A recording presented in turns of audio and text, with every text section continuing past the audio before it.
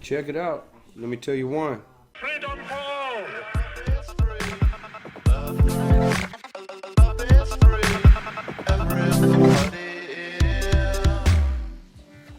What is up, my MMA brothers and sisters? Welcome to another segment of Get to Know a Fighter here at Let's Talk MMA. Today, I actually have Chris Heffernan. Now, he actually is an amateur, 1-0 amateur. I want to pick his brain because I'm guessing he's actually going to be becoming a pro very soon. He has a fight in 5 days. He's a kickboxer, a boxer. He has a dream he's pursuing to be in the UFC. So it's definitely my honor to talk to him today, kind of see how he got into martial arts, kind of the things that he's been keeping himself busy with, and see what kind of goals he does have to reach it to UFC. So I'm excited to talk with him, see how it goes. So let's give him a call and let's get this started. There we go. What's up, man? Here we go. Let's see. Okay. Here we go. What's up, brother? All right. What's happening? Man, so I gave you a quick little intro. I know that right now you are a MMA amateur 1-0. I know you got a fight coming up in 5 days, but I think there's a lot more to you. You got a lot of experience kickboxing and boxing, so I figured the best way to kind of get to know you a little bit is how everything kind of started. So how did your fighting career or martial arts career get started? Well, it started about 4 years ago. I got into a little bad way with drugs, so I was on heroin for like 3 or 4 years, and I pretty much just transferred a negative addiction to a positive one. So, I went to rehab and got my stuff together. When I came back from that, I wanted to fight. That was just what I wanted to do. So I found a jiu-jitsu gym, and I just fell in love, man. And wow. I started with jiu-jitsu mainly. That was pretty much all I did for about a year and a half, 2 years. I mean, we kickboxed and stuff like that. Then I got into that a little bit more. But yeah, jiu-jitsu was really my passion. Grappling was really my main come up right off the beginning. It's one of those things where striking, you can't go 100% with your sparring partners every day. Sure. You'll run sparring partners, but in jiu-jitsu you can go 100% with your teammates, and it's super competitive, and it just makes practices a lot of fun. So that was my main upbringing was jiu-jitsu, and I started doing a bunch of competitions all around and having some success there, and then shortly after that started boxing and kickboxing, and I like that too, man. So from there, the striking kind of fits my style a little better just because I'm a little more of an athletic fighter. So I'm quick and fast, and jiu-jitsu, those things can kind of be neutralized with good technique. So for me, it just all fell right into place. So now I'm ready to really hit this MMA this year pretty hard. That's great. Well, I was actually trying to find what your age was. How old are you now? 26. You're 26. So safe to say maybe, so during high school, all of that, you didn't really have any kind of thoughts or like as far as wrestling or any martial arts or anything like that? No, I played tennis all through school, and I was actually really good at it. It's kind of weird. I was a tennis player. But the mindset was almost the same, really. It's a one-on-one sport, so It was a kind of a chess match there, same as striking. And a lot of the movement, surprisingly left to right, movements and fundamentals are really similar to tennis. Other than getting hit in the face, But yeah. Well, the athleticism in any sport is always useful in just about anything else. But it's interesting how you didn't have any of that in mind. But obviously, you kind of ran into a rough patch. And what was that first initial thing that even kind of triggered in your mind? Like, oh, let me go train jiu-jitsu. And how did that even switch? It's funny. I was watching. I was living in a hotel, pretty much homeless at the time, and I was watching the UFC fight, man. And I saw a fighter, Matt Brown, explain that his story, and he had a very similar story to drugs and everything. And I heard him say, a quote that kind of changed my life. He said, I'm pretty much the same person I was back then. I just took a negative habit, and now I do something positive to the extreme instead. And that really made sense to me, man. I was like, man, that makes a lot of sense. So I feel like for me, I can do that same thing and have that same path. That's I was always amazing. athletic. I loved working out and everything. I went to a rehab in Michigan for, I was like 87 days I was there. And while I was there, I was out of shape. I was like 195 pounds, which isn't a lot, but I'm like 5'9", and Right. cigarette smoker. It was terrible. So while I was there, I just got in phenomenal shape. I lost like 40 pounds and gained a lot of muscle mass, and I just really gained my confidence. And then once I got back to Indiana, I found a jiu-jitsu gym with a free trial, and it's a 30-day free trial. I ended up turning into like 4 months because I didn't have any money. And yeah, man, I rode a bus there every day. It was rough. I didn't have a car, and for the first like 2 months before I saved up to get a car, it was like a 2-hour bus ride because I had to take 3 different buses to get there, and it was a nightmare. But man, I was dedicated. I had nothing else to do, Right. So it was really time consuming for me, and it was something I just fell in love with. That's And great. it was definitely a rough start. I was athletic, but I was terrible. I had no grappling experience with wrestling or any striking, so it was really humbling going in there. And I remember grappling with a girl that was a purple belt at the time, and I was real strong, and I went against her through this little line drill. It's called sweep pass or submit, and I was going light with her, and she tapped me, and I was like, all right, well, next time I go through the line, I'm gonna really give it to her, and I'm gonna impose on her. And so I went through and I did, and I went really hard on her, and the same thing happened. She tapped me out. and Wow. and this was about a month into my training. I was strong, and I was like, man, I can't. It didn't really. It kind of attracted me to it a little way. I was like, man, this girl is so good technically that even Yeah. though I'm so much stronger, that it just amazed me that she could pull that off. It was a triangle both times, and it just amazed me. And from there, I was hooked. I was like, man, this is the real deal, and I really want to get good at this. So Yeah, that's what they say about jiu-jitsu, that jiu-jitsu is very easy to get addicted to just because there's so much that you could learn, and then there's so much for your body to get used to. Like, it's like connecting your mind and your body to do what you want it to do and be flexible in different yep, positions, to where it's a never-ending journey, but it's always a challenging one, which is, definitely good. And what's interesting about that, and that was probably one of the first main questions I was kind of wondering. So I was able to find some of your kickboxing fights. So hmm obviously you're just standing, but I did see some of your.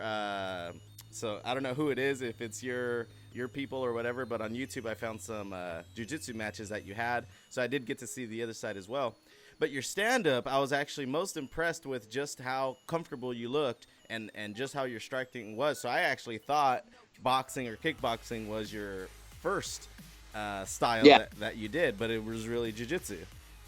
Yeah, no, it's surprising. A lot of people think it's the other way around. Like I said, just because I'm athletic and quick, and I played sports all growing up, I feel like my jiu-jitsu takes a little bit longer to catch up to my striking, just because it's natural for me. I'm so fast and athletic. But yeah, I definitely started with jiu-jitsu first. I don't really know what's on YouTube. I really don't promote that as much as like Instagram or Facebook or anything like Yeah. that. So I can tell you which ones you had seen. But yeah, and I feel like I have a really good chin. So I could take a punch, which is really beneficial in That's great. striking. So everything for striking for me, my body type and my chin, it all is natural. So it is something I probably would say is my strength for sure. Cool. So, right about now, then, how many different gyms do you kind of go to? How are you kind of balancing your training as far as jiu-jitsu, your stand-up? Like, how do you kind of mix that within a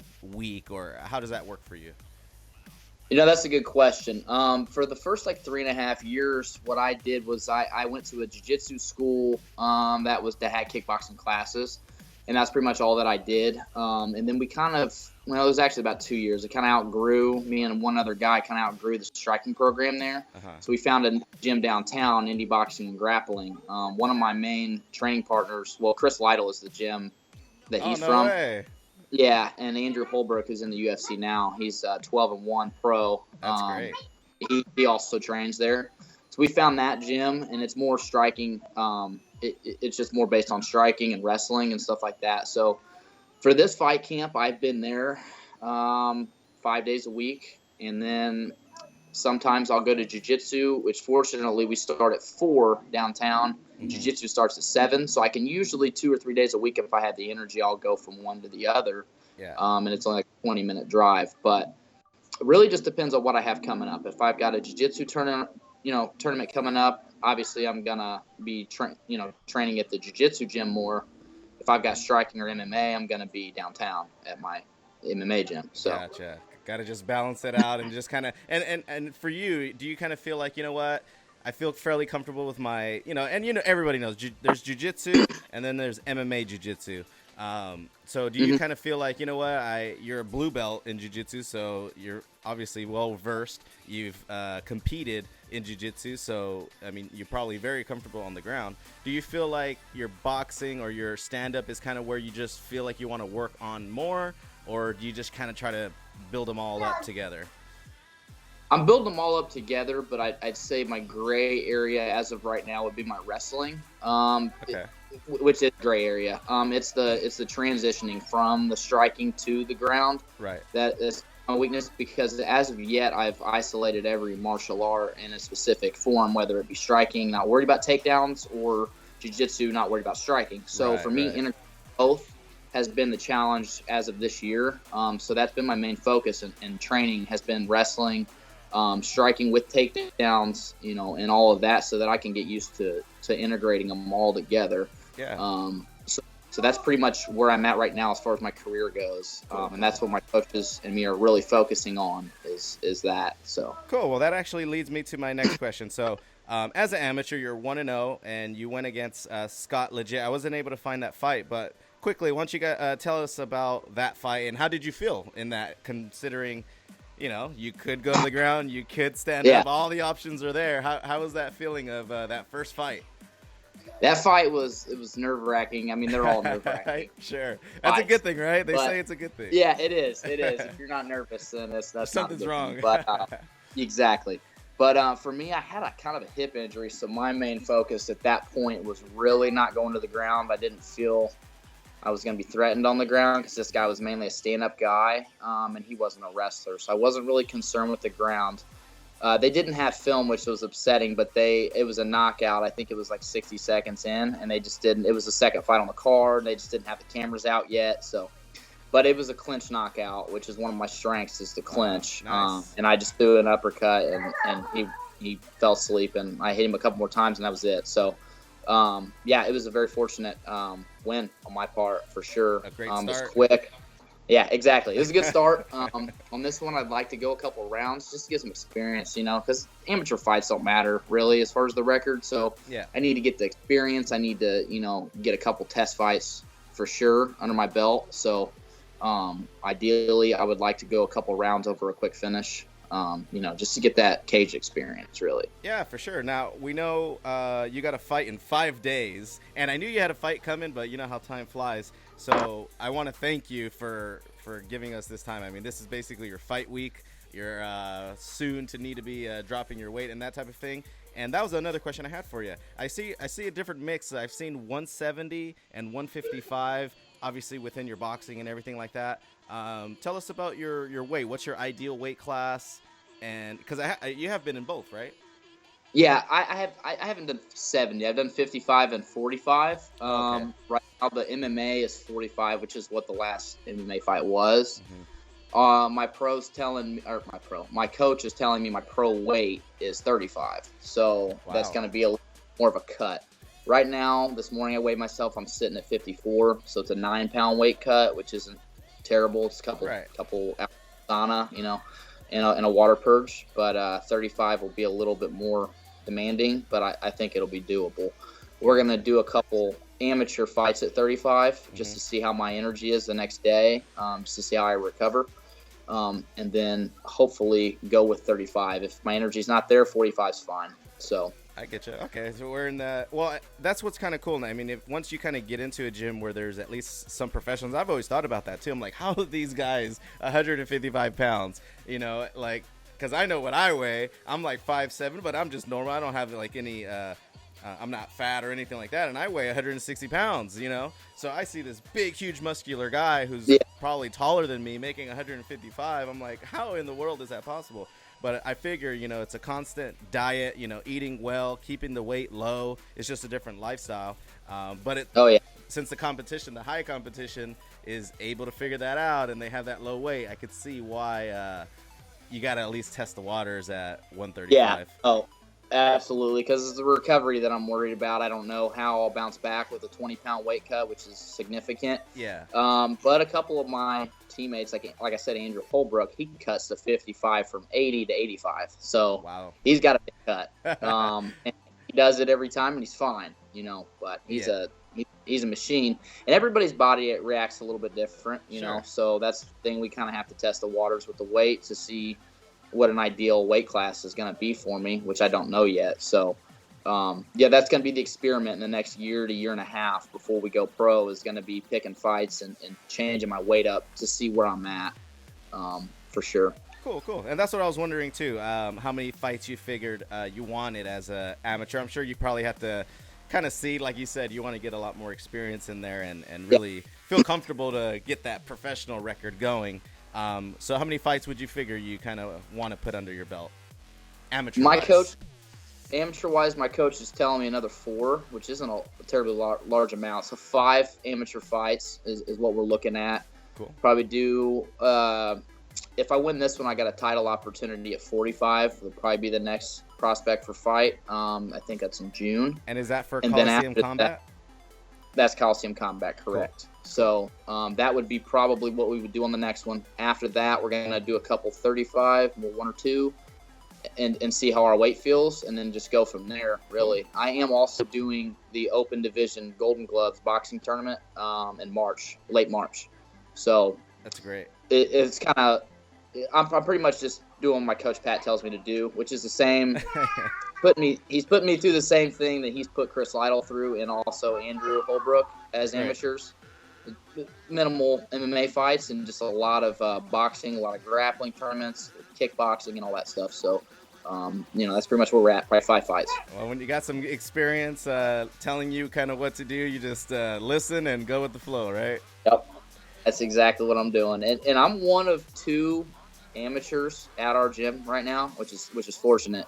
I don't ever want to be the best guy at the gym, I feel like, because I'll never get, you'll end up stagnant. So for me, training with people that are a lot better and a lot more experienced is just catching me up to that level for sure. So, right. The goal is to constantly stay with the best people in Indiana, and that's where we're at right now. So cool.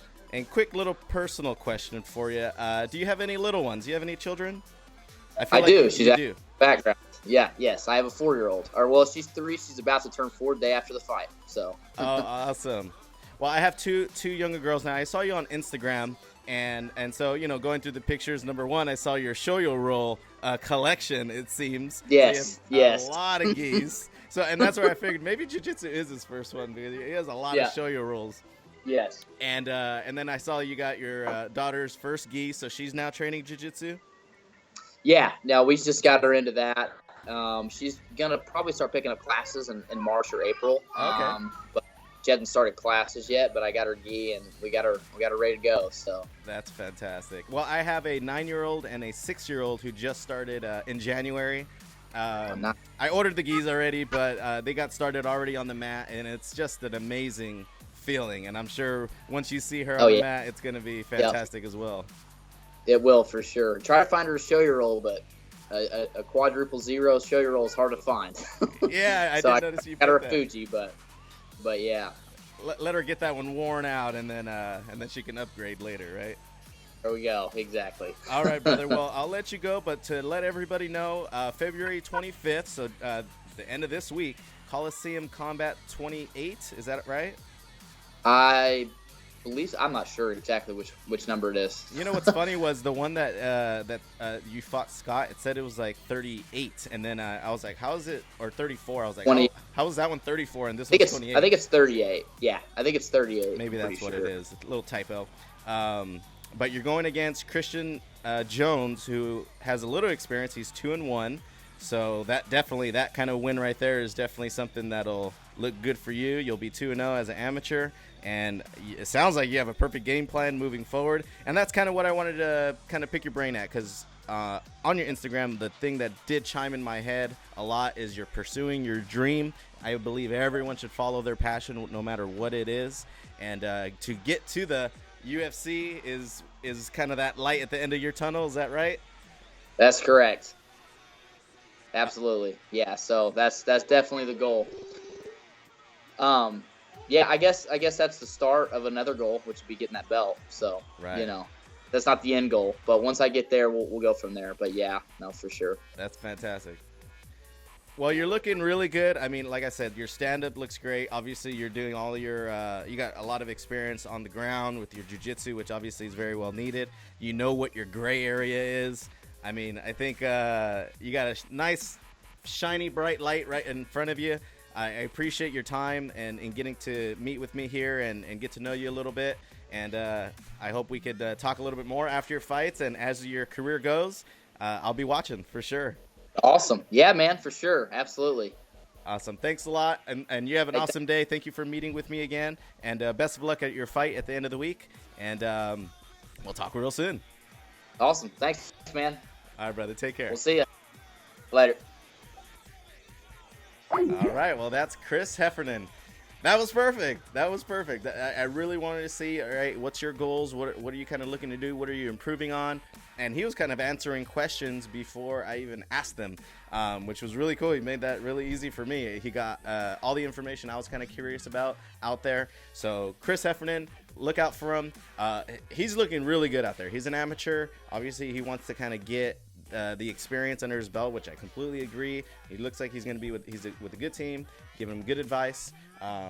So I'm excited to see how this goes. So he's pursuing a dream to be in UFC. I really don't doubt that he'll eventually get there, and he has a great plan for it. So look out for him. I'll leave all his information in the description. And until next time, peace.